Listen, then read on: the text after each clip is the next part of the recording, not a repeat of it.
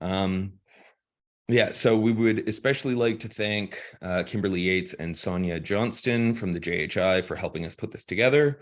In the interest of brevity, I'll just say we're very excited to have our guest speaker today, Mikhail Heinrich, whose work, if you don't know, is pretty great. And so the format for today's talk will be 1 hour talk, 1 hour Q&A. We're going to be recording, but just the talk part. And I'll give a little spiel before the Q&A, but the title of the talk today is The Changing Concept of Labor in Marx, which, if you're like me, is excitement enough. So I'll leave it there, and thank you so much. Yeah, thank you very much for the invitation and also for the introduction. And I'm sorry because of the problems. I don't know why I had them to connect, but now we are connected. The serial title, when I understood correctly, of this series of lectures is Dramaturgies of Resistance. A very nice title. And insofar, I want to start very briefly with a very actual example of resistance we had in Germany. And I hope that at the end of the talk, you will understand that this example with which I start is not an arbitrary example just to present some actual information. It has a direct connection with our theme of today. I suppose you all know about the ongoing climate change. I must not mention all the things happened last year, and you know the main reason for this climate change, essentially the human activity to burn coal. Meanwhile, many governments agree that they have to reduce this process, and especially the German government is considered as, in this respect, a progressive government compared with many others. Nevertheless, last week, it's just 6-7 days ago, in Germany, a little village was destroyed in order to get the coal under this village. Surface mining is possible. Costs are very low, profits are high. So in early 2023, when we know we have to reduce the burning of coal, in Germany, a village can be destroyed in order that the energy company can get a few million tons more. What is additionally interesting in this, and of course, the village was occupied by climate activists. The police, in a violent action, first had to throw out the people. Not very nice scenes happened, as you can imagine. Additionally to these bad incidents, the political responsibility is also rather funny. In Germany, we have a Green Party who already emerged with the fight against destruction of environment, and in the last year's fight against climate change. This party is now part as well of the national government of Germany, as well of the state government in which this little village exists. And as part of the state government, the Green environmental minister did the contract with the energy company that they can destroy this village and take out some additional 1 million tons of coal in order to burn it. The justification the Green Party gave us was that with this energy company, they did an agreement that they will leave burning coal not only in the year 2038, but already in the year 2030, 8 years before. However, the mass of coal which is burned is not reduced. It is a little bit like a car driver who says, oh yes, I don't want to put so much gas pollution by my car in the environment. Instead of driving 1 hour with a velocity of 60 miles per hour, I will drive only half an hour, but with 120 miles per hour. And as you know very clearly, this will not help anything. So this is, in the moment, a very important act of resistance to resist against this in Germany. The resistance was defeated, and the coal will be burned, which is under this village, and it will contribute for a quicker climate change. At the end of my talk, when I will talk about labor in Capital, in Marx Capital, I will come back to this example, and then I hope you will see that this example is not just arbitrarily chosen. Now I will start with the announced issue, Marx and labor. When you hear such an issue, and when you know a little bit about the discussions about Marx, perhaps you will expect a discussion about labor and alienation in the manuscripts of 1844, or abstract labor and capital in Marx Capital, that one can stress continuity in Marx development, or maybe also a break between a young Marx and an old Marx.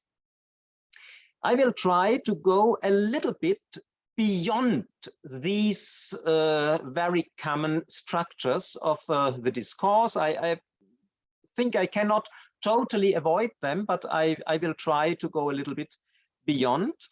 Not such for searching for a special originality, but because I think there are two peculiarities, one regarding the person Marx and one regarding his work, which play here a role. So the first peculiarity regarding Marx as a person, he was a lifelong learning person, learning not only in the sense like we all read the newspapers, hear the news and learn something what is going on in the world. Marx was learning in a scientific sense, in starting with new fields of research, with restructuring his old insights, changing theoretical systems, and so on. This means we will not find in Marx a ready-made system. This was tried to produce by a lot of Marxists: dialectical materialism, historical materialism, political economy, and so on. Marx not only said this famous sentence, je suis pas un marxiste, I am not a Marxist, he also opposed of having created a system. When Adolf Wagner, a German economist, in a book wrote, value theory is the cornerstone of Marx's socialist system, Marx noted in his copy of this book, I never created a system. So I think we have to say goodbye to ideas that there is any ready-made system. We have to see this learning process of Marx. We will find a lot of fragments And then it's our task what we can do with all these fragments. The second peculiarity I mentioned is a peculiarity regarding the work of Marx. The work of Marx is a torso. It's not only a torso, it is a sequence of torsos. From his youth on, from his dissertation on, Marx designed big projects. His dissertation should be about Greek philosophy, should be the first step in a series of books about philosophy. But Marx not even managed to publish his dissertation. So this whole series was not realized, and this continues. Also, the manuscripts of 1844, a critique of political economy, a first critique of political economy, should be the first step of a series of critique of the state, of the law, of philosophy, of morality, and so on. But again, not even the first of these critiques were published, and the others not even written. And so on, this capital, first a 6-book plan, then a 4-book plan, Marx didn't manage to finish. He did not manage to finish, I think, exactly because he was a learning subject, my first remark. He opened new fields of research. He answered to political challenges, to changes in the political conflicts. And all his most theoretical works were always direct political interventions. And with changing political situations, he also changed certain evaluations. So what does these two peculiarities mean now for my presentation? My theme is Marx theory of labor, or Marx and labor. And I must say, I don't think that there is something like Marx theory of labor, where I now can present you, this is the theory of Marx. No, we have a lot of fragments, and I have to consider, at least very briefly, as well the intellectual development of Marx, from which these fragments resulted. I have to throw a very, very brief look on conflicts to which these fragments answered, but also a third point, which is important, that our reading, or my reading of Marx, is not at all innocent. Also, I am part of a certain tradition. I am also influenced by certain traditions of thinking of Marx, and this had an influence how I evaluate, how I examine these Marxian fragments. I will not be able to really to regard all these three moments in a balanced way in such a short presentation, but you should have in mind that these are the important dimensions when we discuss about Marx learning process, Marx intellectual development, the first. Second, the conflicts in which Marx, with his writings, tries to intervene. And third, our history of reception, which influences us. So now I will try to go rather quickly through the different concepts of labor we can find in Marx development. The first and very famous concept of labor, of course, is found in the Paris manuscripts from 1844. It is the famous theory about alienated labor. It was not Marx's first start with the economy. His first start was with philosophy, then he came to political theory, and his start with economic theory or with political economy in 1843 was with money. Labor is already the second phase, the second level.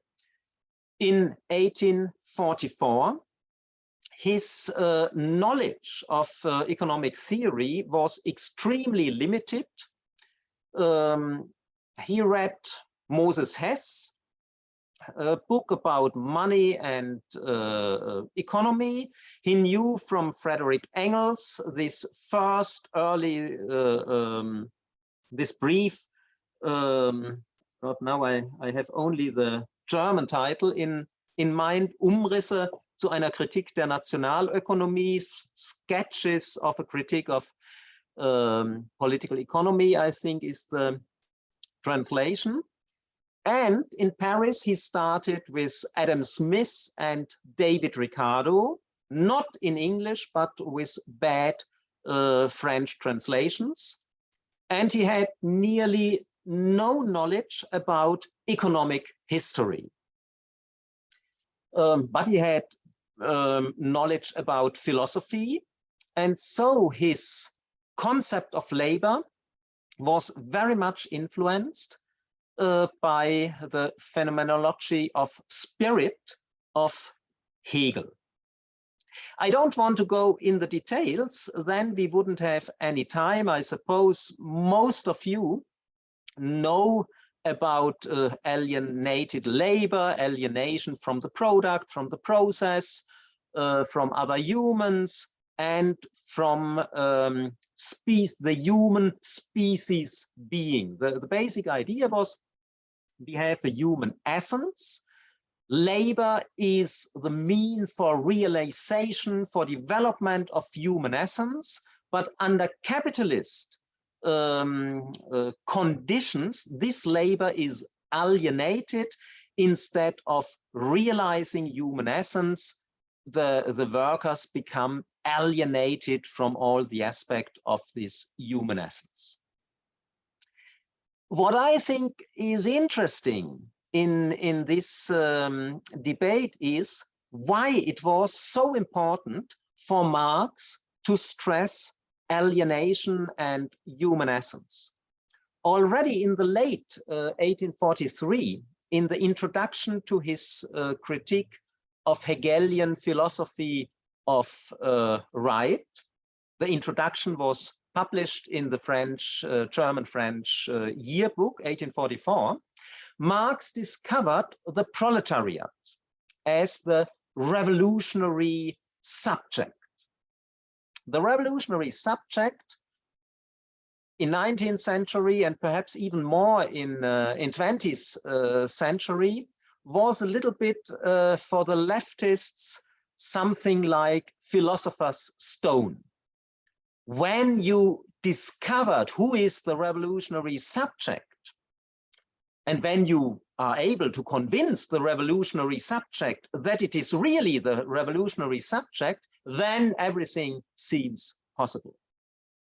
So Marx discovered the proletariat as the revolutionary subject in this introduction of the critique of Hegelian philosophy of right. As a reason, Marx gave the bad condition of the proletariat.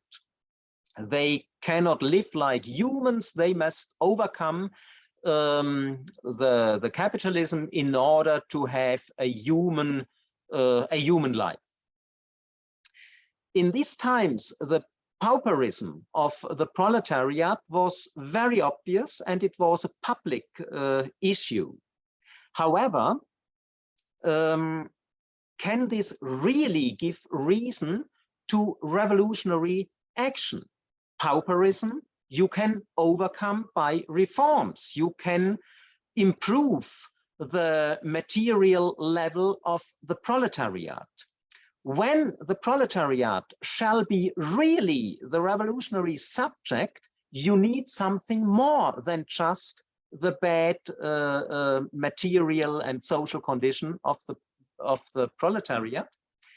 And I think this was the core of this concept of alienation. Marx needed this contraposition of human essence and alienation. The discourse to rely on a human essence, Marx found in philosophy as well as in political economy. Also, Adam Smith had a concept of human essence. Humans are traders. Humans follow their self-interest.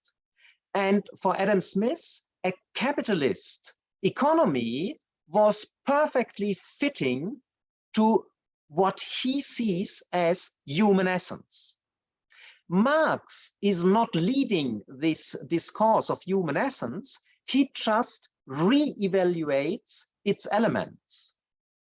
He changes the content of human essence. It is not anymore trade and self-interest, it is development of human abilities. And the mean for this development is human labor as unfolding the forces of the species being. And now he looks on the existing capitalist society, and he has good reason to say this capitalist society is destroying this human essence. It is impossible to realize human essence. And insofar, the proletariat has to overcome capitalism, not only because it lives in such a misery, it has to do it in order to win its human essence. So I think the whole construction of human essence and alienated labor is mainly an answer to the question how we can give reason to the theory that the proletariat is the revolutionary subject. However, in these times, in mid-1840s, the discussion among the so-called young Hegelians, by the way, in the first volume of my Marx biography, I try to give reason that the young Hegelians didn't form a school. It is a much more loose group, more a tendency which didn't manage to come to a common theoretical foundation. They criticized so quickly the theoretical foundations of each other that they couldn't develop anything. And insofar, in this context, also the notions of human essence were criticized very quickly as the last remained elements of theology.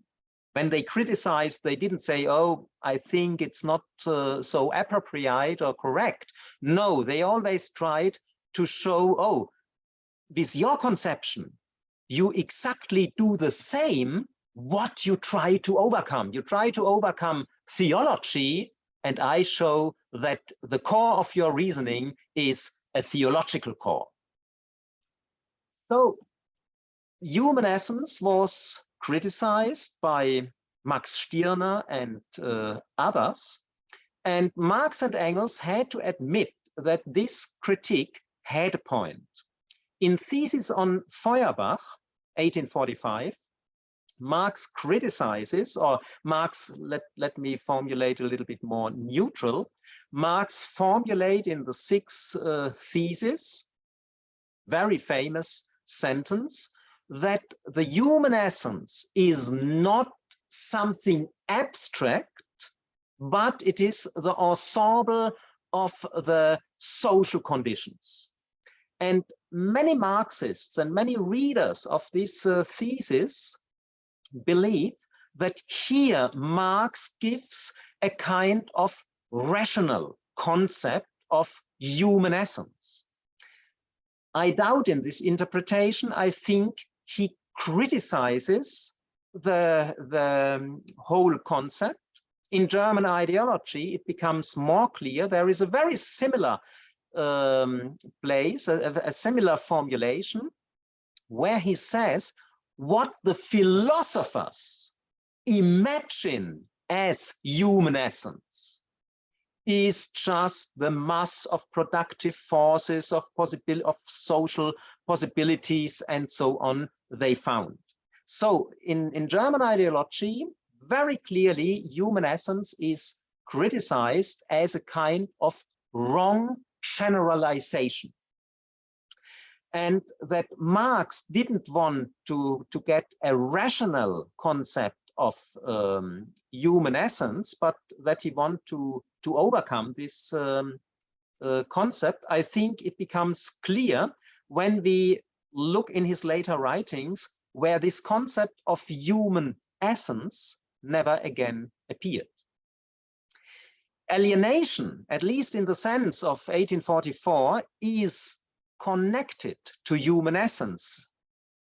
And insofar also alienation, it appeared sometimes, but I would say in a different sense, and especially alienated labor is not anymore the key concept to understand and to criticize anything. In German ideology, the key concept is division of labor. In the result of German ideology, the result for also this I must say in parenthesis, the order we read usually German ideology is wrong. The chapter on Feuerbach is not the first chapter, it is the latest chapter Marx wrote, and insofar we can find there the results of the reasoning of the chapters before. So the results of this Feuerbach chapter is to overcome philosophy.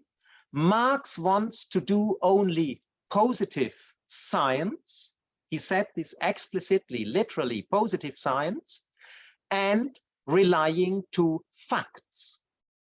Human essence, alienation is difficult to understand as such a crude fact Marx was searching in German ideology.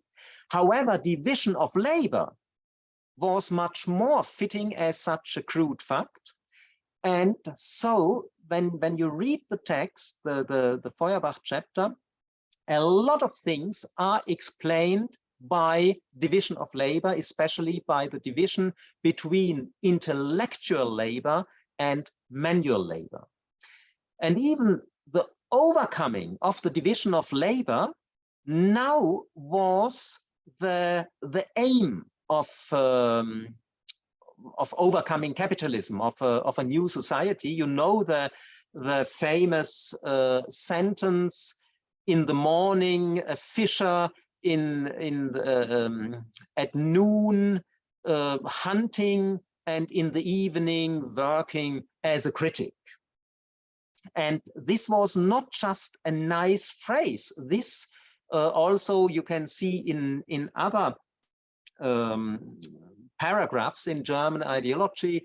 For example, in one paragraph, Marx wrote, in communism, we will not anymore have painters. We will have humans who also paint, but they are not reduced to painting.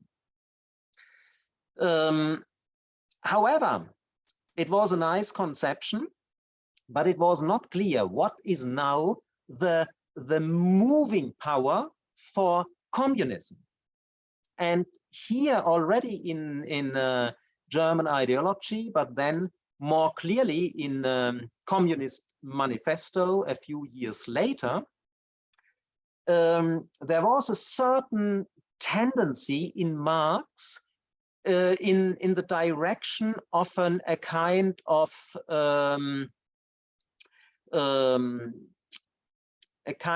objective laws. Communist Manifesto starts with class struggle. It continues with the absolute immiseration of the proletariat. And the process which leads to revolution, to overcoming capitalism, are, at least in parts, the activity of the bourgeoisie, which extends capitalism, and with the extension of the capitalism, also the proletariat becomes bigger, and Marx comes so to the final conclusion: the bourgeois produces its own gravediggers. So now it's a kind of an objective historical process which leads necessarily to revolution and overcoming capitalism, communism. Later, this objective necessary again became less important. It became weaker, but here we had it very strongly. When the Communist Manifesto appeared, you know, we had revolution in Europe, 48, 49.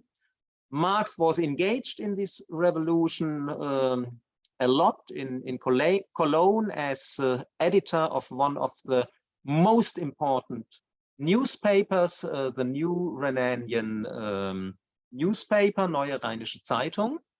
And after the defeat of the revolution, Marx had to escape, and he came to London.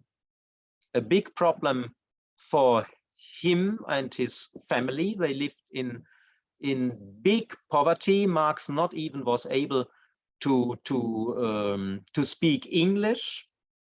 He spoke fluently French, but not English at this time. So it was a big problem.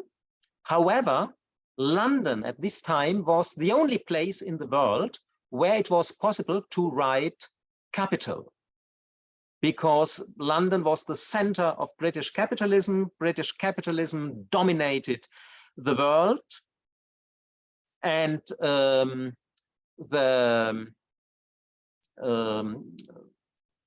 in London we had the biggest library without internet, without copying machines. The reader must go to the books. The books couldn't come to the reader.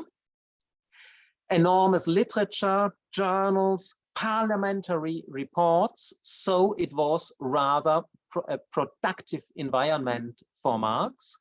And he started newly his economic research. And this led to a very basic change.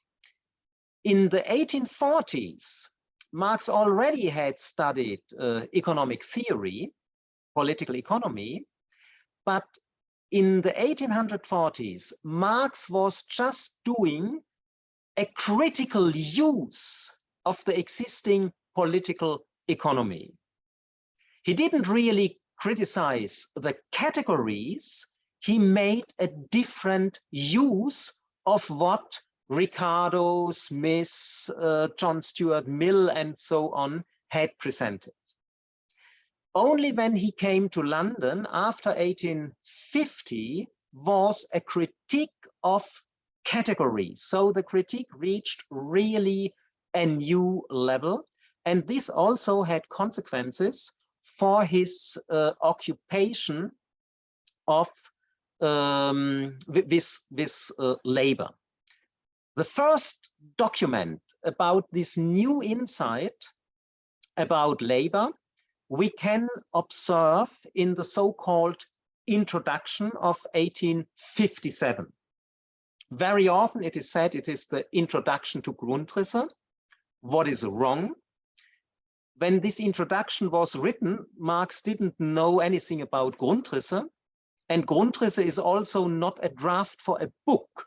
it developed out of excerpts note on Darimon's book on money.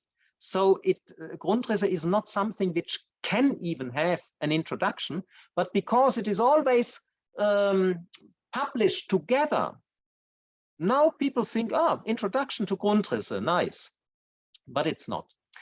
Here we find an interesting consideration of labor. Marx asks how the presentation shall start, and if the presentation will follow the historical order, so shall we start with the most simple category, labor. And then comes an interesting consideration I cannot repeat here, but the result is that labor as such is not at all a simple notion. We only can speak about labor as such when we live in a society where it is very easy to change from one occupation, from one branch of labor to another branch. But when we have a society like ancient Greek society, for example, where you have a strict social ranking, where certain activities are always connected with honor, with moral values, with prestige, so that certain ranks of the society cannot do a certain kind of work, you cannot have a general notion of labor as such. And insofar, this seemingly simple notion, and also the content, of course, didn't exist in the ancient Greek society and also other societies. Insofar, labor as such, seemingly simple, is a rather modern social construction which needs modern social relations. So labor is nothing simple, nothing which is just given. When then Marx wrote Grundrisse, as I said, it didn't start really as a book. It started with notes on a book on money. And then the first issues Marx treated was money. He didn't treat at first commodity, value, and labor. This came later, or to be more precise, Marx realized the lack of having treated this. So in some, Grundrisse is a kind of transitional. It is more a research manuscript where Marx is searching for results. Marx didn't had already results which he only needs to present. No, he was searching for results, and these results were not at all final. I would say Grundrisse, especially regarding labor, is a kind of transitional text. In Grundrisse was not a clear distinction between abstract and concrete labor. There was not a clear distinction between labor and labor power. What is very important for capital, what is sold? Not labor is sold, labor power is sold. In Grundrisse, this distinction doesn't exist. And also, Marx had problems with other categories. For example, there is not a clear distinction between constant capital and fixed capital. In the famous fragment on machinery, Marx always talks about fixed capital. What is the totally wrong category in this connection? He should talk about constant capital, but the difference is not clear. for Marx at this time. So you have a lot of confusions. However, these confusions are wrapped in a very interesting language, a very intriguing language. In parts, the language comes from Hegel, and Marx studied Hegel again during writing Grundrisse, but it also has certain enthusiastic, or I would even say poetic, lyrical elements. There is, for example, one formulation which has to do with labor. At one place, Marx writes about labor as the form-giving fire. It sounds very nice. It didn't appear anymore later in Capital. The content is rather banal. What is labor as form-giving fire? Labor, human labor, transforms the raw material, gives a new form to raw material according to the purpose of the labor process. Maybe the raw material is totally destroyed, like something is destroyed in fire. Nevertheless, there is an outcome. So form-giving fire.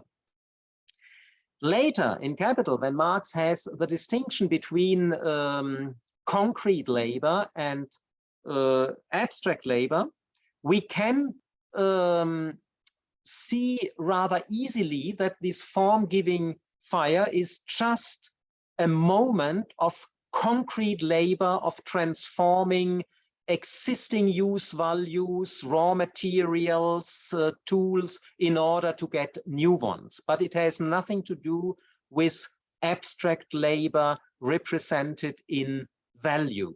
Such distinctions are not clear in Grundrisse. And when you have a reception, like for example, Antonio Negri has and many post-operists have, that they put Grundrisse in the center without having Capital as a regulating or correcting power at the site, misunderstandings are programmed. Insofar, this transitional work Grundrisse, I think, is very helpful after a very meticulous study of Capital, but not at all before such a study. And now it's the last point of this course through Marx and labor. I will come to Capital and also to a contribution, the forerunner of Capital from 1859, a contribution to the critique of political economy, and then Capital Volume 1, 8 years later in 1867. Here, Marx not only has the difference between concrete and abstract labor, he even points to it in two respects. The first respect, that he himself discovered this difference. Marx very, very rarely is pointing to himself that he says, I discovered this, I was the first who was doing this. With the difference concrete abstract labor, Marx is doing this, and this shows to us how important it was for Marx. And also he says this is the crucial point for the understanding of political economy. When this is the crucial point, you can now conclude the reverse. When you miss this crucial point, you have no chance to understand political economy. And this also holds for Marx. As long as he didn't have this key concept, he also didn't understand political economy. So now, very shortly to this distinction, I suppose most of you already know it. Concrete labor means just what we see when a person is working. Concrete labor producing a concrete use value which can satisfy some of our needs. Concrete, we see what a carpenter is doing, what a tailor is doing. A carpenter produces a table, a tailor produces a pair of trousers. We see the concrete process and we see the concrete product. And this, by the way, we see in every society. Marx stresses in the first chapter of Capital, concrete labor is a necessity of all human life. Abstract labor is not so easy to describe as concrete labor. Marx comes to abstract labor only by the analysis of the commodity. And the commodity is not identical with use value. Commodity is the social form of use values in a society which rests on the exchange of products, which by this exchange become commodities. So, in exchange, the things have not just a use value. As commodities, they have an abstract economic value. This abstract economic value, usually measured in money, is not a special use value. It has not at all a concrete content. It is the abstraction from the concrete. When I now conclude, like Marx did, yes, but the commodity was produced by labor, I can conclude, yeah, but as commodity, this thing was not produced by concrete labor, because the concrete labor always produces something concrete. It was produced by abstract labor, but labor where I abstract from any concrete feature of this labor. So it is very important to stress that when Marx speaks about abstract labor, he doesn't mean a special kind of labor, a certain boring labor at the assembly line, which has no content. No, this is a certain kind of concrete labor. Abstract labor is a kind of social construction. And in the French translation of Capital, Marx stresses also very much that this social construction, this abstract labor exists only in exchange. When we see the production process, we don't see abstract labor, and it also doesn't exist. Only when the use value is transformed in a commodity, we also have abstract labor. And this makes it also so difficult to catch it. We cannot just measure it. The measuring by time is a measuring by abstract time, and therefore we need money in order to measure abstract labor and value.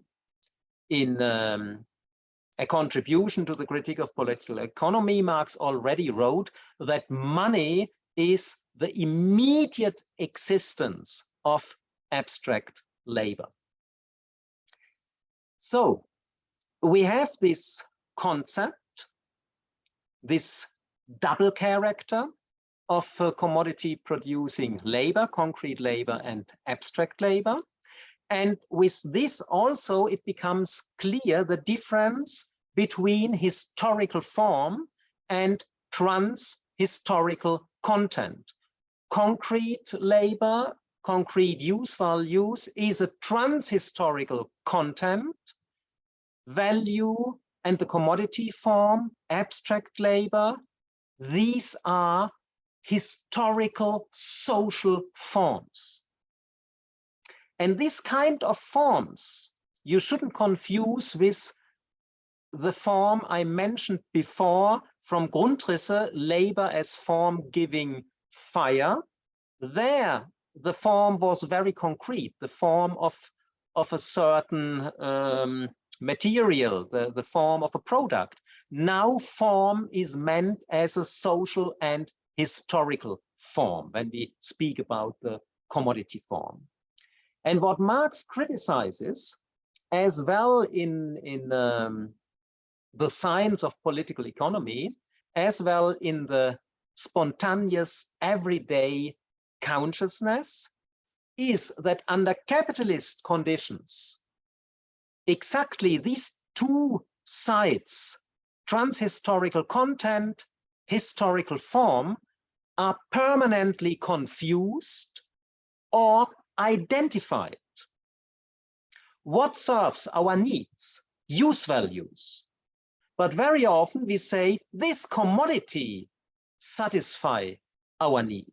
No, a commodity doesn't satisfy the need. The commodity is the social form of a use value which satisfy a need. I can satisfy my needs without ever see a commodity. And in a big part of human history, this was reality. This confusion is not only on this basic level of commodity and value, it is also on the level of capital. Very often when a leftist argues my aim is to abolish capital, a good thinking bourgeois mind answers, what, you want to abolish capital? Do you want to go back in the Stone Age? We need machines, we need tools in order to feed human mankind, and insofar we need capital. What this bourgeois mind confuses is that we need tools and machines for production processes, without doubt, but we don't need that these tools and machines take the form of capital, of valorizing value, of value with the aim to valorize. This we doesn't need, but it is identified. You can imagine machines in big production processes only under the form of capital. Marx treats these identifications under titles like fetishism, mystification. At the end of volume 3, he speaks about the Trinitarian formula. I don't have the time to go in detail here. I just mention these notions. What now regarding labor is interesting for us is to look a little bit closer what capital is doing. Capital is a form, valorizing value. The purpose of this process, valorizing value, is again value, an increased value, profit, but not profit for someone, not profit that the capitalist can have a luxurious life.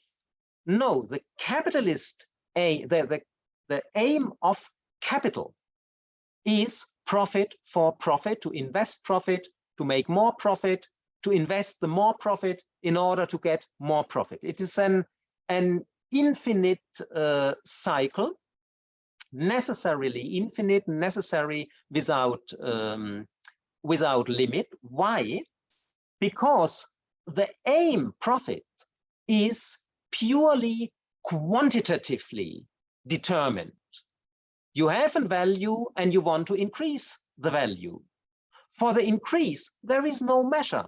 A bigger increase is better than a smaller increase. And an even much bigger increase is better than the bigger increase.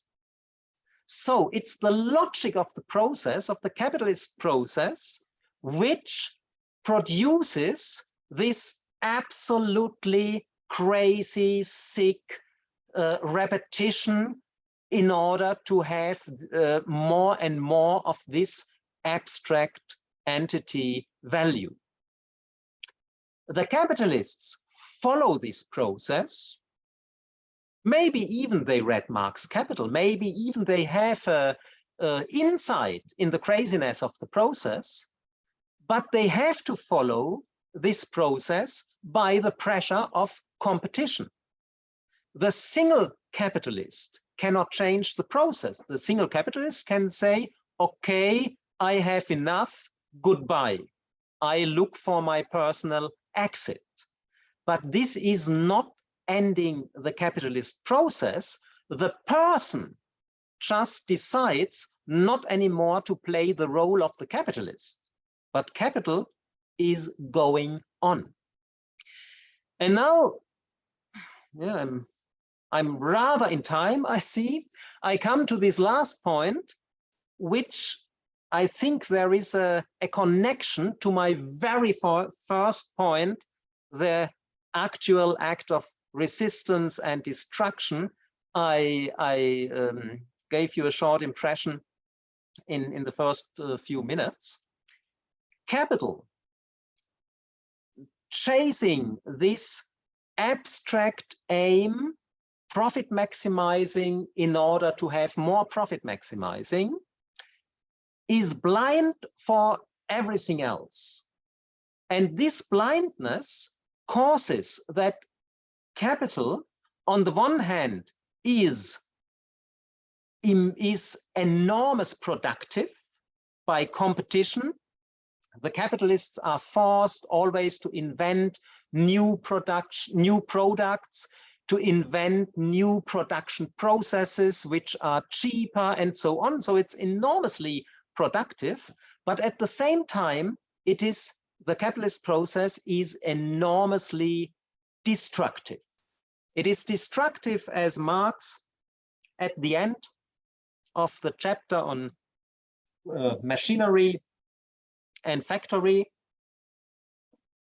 states, capital is destructive as well against the human labor power and against the nature as the basic for all production.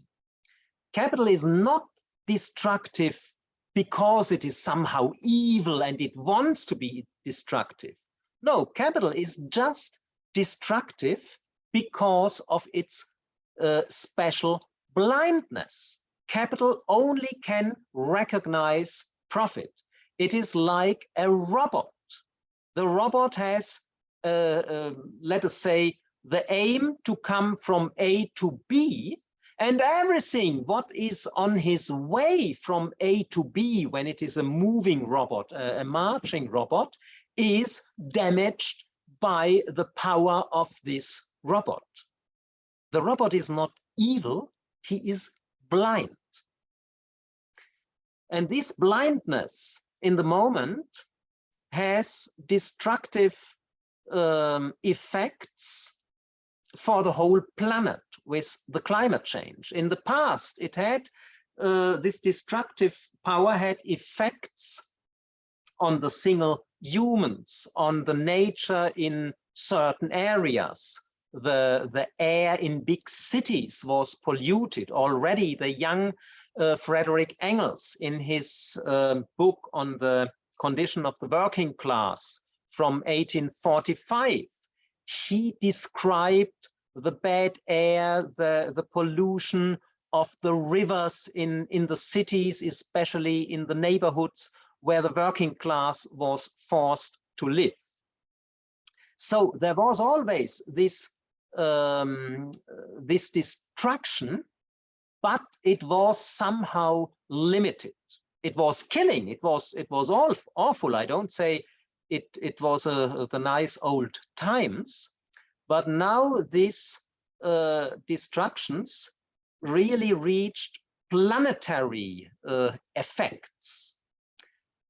And insofar, I think Marx's analysis of labor and capital, that labor is as well the productive force as well the destructive force for capital. It's our laboring process, our burning of coal, for example, which destroys the atmosphere, that Marx can help us to understand the dynamics of capitalism, that, okay, we can try to block this blind robot, but this blind robot will always overcome what we construct as a political blockade.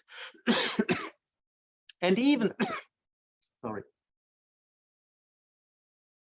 and even the national governments at the end will accept that capital will overcome these legal political blockades. Why? Because of the power of international competition. You all know these usual justifications. Yes, it would be very good to reach this or that, but then our industry, you have to say capitalist industry, they don't say this, our industry will be lost in international competition. Insofar, we don't should have too much welfare state. We shouldn't have too much environmental restrictions. And when you said, yeah, and what is with all these distractions?